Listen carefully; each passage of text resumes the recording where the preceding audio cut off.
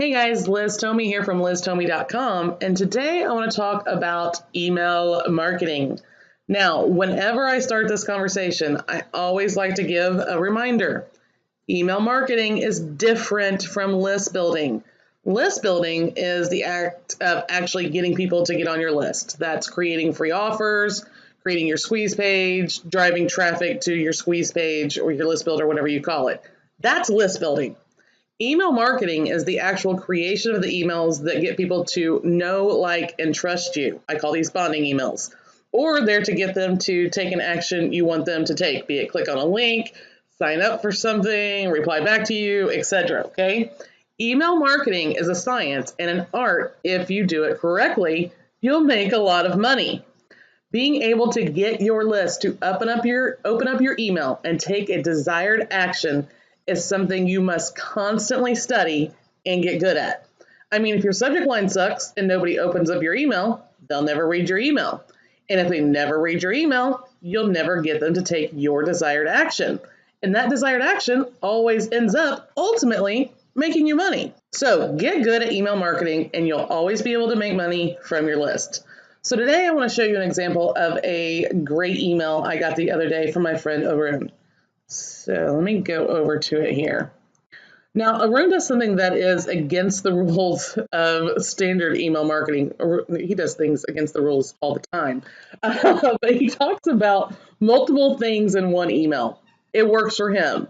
But the rule is talk about one thing in your email and have one desired action in mind. If you notice in this email, he's promoting a product. He wants people to click on a link, go read the sales page, and hopefully buy, okay? Now, I'm not saying what Arun is doing is wrong because obviously it works great for him. I've tried that. It doesn't work for me. I get less sales when I'm trying to promote a product, when I'm talking about multiple things in one email. So in this email, he's also promoting another product. He runs a PLR business and he's promoting another PLR product. Totally okay for him. But again, like I said, it just doesn't work for me. What I want you to pay attention to in this email, though, is I don't know if Arun did this on purpose or not, but he put a bonding component in this email that was very powerful. So powerful that even though I love him to death, it made me love him more. And by him doing this, that's going to make way more apt on his list to open up his emails. I bonded with him through his rant. And let me read this to you. And it's not that long, but okay, rant time. Read only if you have time, and I know most of you do. A couple of days ago, my cousin sent me a video of these bunch of teenagers in a field about to run a race. But before the race started, one guy started asking the kids a few questions and told them to take 2 steps forward if their answer was yes to the questions. Some of the questions were, are both your parents still married? And some other rubbish like whether they had to worry about their phone bills being paid, etc.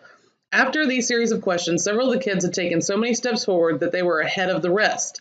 The guy who asked the questions then went on to tell the kids in front that they were privileged, and those at the back could have won if they had the same opportunities. My cousin was very pleased with this video and told me that it was very true. I tore him a new one for that, and I think this is one of the most pretentious pieces of I have ever seen. I saw many people on Facebook praising the video and saying, "Oh, I hope everyone understands this." I don't care what any of them say. I'll say this is utter rubbish, and I'll tell you why.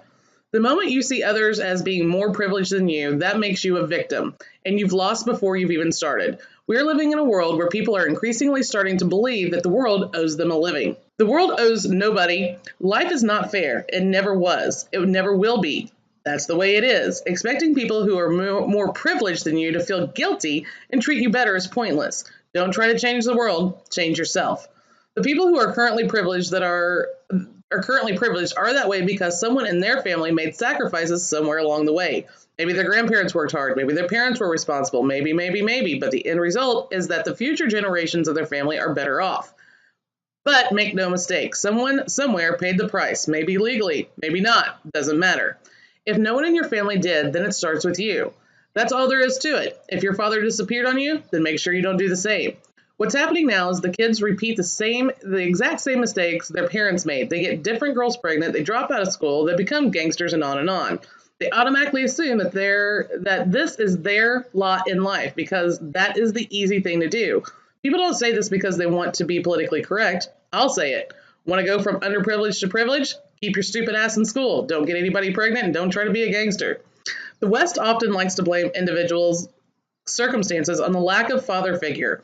I can tell you what's worse than not having a father figure. Having one who is an absolute I know. I lived with one. At the age of 6, I was going to the shop to buy him cigarettes. By 9, I was buying bottles of beer for him. All my life, he never brought me out. Until today, if you added all the words we've spoken, it would be less than 500. Not exactly a model father figure. He was a chain smoker and an alcoholic, and yet I've never smoked and only had my first drink at 24. The family was always broke because most of what he earned went on alcohol. Back in the 80s, the neighborhood I lived in was surrounded by Indian gangsters. There were actually 3 gangs there, and some of them would carry knives in their back pockets. You could walk outside in the morning and see bloody footprints and blood trails around the area because there were fights the night before. In my teens, different guys from these gangs would approach me to join their dumbass gangs. My answer was always no, because they were a bunch of losers. Did my father guide me? No. He was friends with these fools and would actually sit and drink with them. When I was in my teens, he would actually tell them that I was learning magic tricks, and they'd laugh at me for being a sissy. Ha ha, I can't even make this up. I could have put an end to all the mocking if I joined any one gang and pretended to be tough. I could have started out smoking and drinking because my father did that. In fact, many years later, when I met my uncle, mother's brother, at an event, his jaw dropped when he offered me a can of beer and I told him I don't drink. He said, "Huh? You don't drink, huh?" He couldn't believe it because of the reputation my dad had. Nobody's life is dictated by their circumstances. It's affected to an extent, but it's not your destiny to be less privileged. Now, at any point in time, I could have looked at several of my Chinese classmates in school and felt that they were privileged. Their parents would drive them to school and pick them up. They had private tutors. They had better bags and stuff. They had it all. I was an extremely rebellious student. I hated them all. The teachers, the students, the books, the everything. I was so notorious that teachers deemed me a bad influence and told other students not to mix with me. That made me even happier.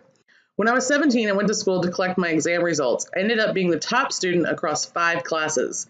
Instead of congratulating me, 3 of my teachers quickly got into one car and drove off because I was prowling the school like an angry lion for 45 minutes looking for them, just to tear them a new one. My mother at home was wondering why I hadn't returned and thought I'd committed suicide because of my poor results. See the faith she had in me? The point of my story is this. It doesn't matter which clown is privileged. They're not your concern. Don't expect them to treat you better. Nobody owes you anything. Till today, I can't be bothered to act polished, politically correct, or classy. I'm crude, radically honest, and I've never been privileged, and I'm proud of it. I never wanted to admit that there were people better off than me. Of course there were. Of course they had a head start. But you know what? The race is long. It's a lifetime long. You always have time to catch up and overtake them. I don't give a damn how many steps forward the privileged kids take. Neither should you. This applies to anything in life, whether you're in school, whether you're broke, new to marketing, recovering from sickness, whatever. Don't ask for a fair race. That's the wrong thing to ask for. Ask for the strength and speed to run the race in front of you, and you will win it. I'll see you next week. Now, Arun is a colorful individual, and I tried not to read the cuss words in his email, but some of them slipped. I apologize. One of the things that I love about him is he's not straight-laced and politically correct, and I really enjoy people like that. His story is about how he grew up and really allowed me to get to know him better. When your readers feel like they know you, they're going to be a lot more apt to open your emails and do what you want them to do, be it click on a link or whatever desired action you want them to take. This is a perfect example of a bonding component. So if you have a list, I recommend that you pull out a story from your life and relate it to something in your niche. Create an email and either tell your story directly in your email, like Arun has done here, or put it on a blog post and send an email to your list about your blog post. The key to this is to have a subject line that makes your readers open your email. And if we look at Arun's subject line, 50 ebooks, excellent PLR, and a rant. Okay, now my PLR people, and I'm a PLR person, they would jump on this. So make sure that your subject line relates to your niche. The next key is to relate your story to your niche. Your reader needs to get some kind of benefit out of reading your story. More than likely, that's going to be motivation. So down here at the very end, Arun's going through this and telling people, kind of his life story. And hey, look, I wasn't privileged and I did this. And then right here, This applies to anything in life, whether you're in school, whether you're broke, new to marketing, recovering from sickness, whatever. So he relates this back to his niche. Okay. Like I said, email marketing is both a science and an art. It's something you need to constantly study and practice so that you can get better and better at it. The better you get at it, the more money you'll make, plain and simple. Okay, so that's it for now. Below, you'll find resources to help you in your email marketing. If you're watching this video on my blog, just click the link below this video. If you're watching it on YouTube, check the description for the link. I put a ton of email marketing resources together and I'm sharing them all with you. So go get started upping your email marketing game.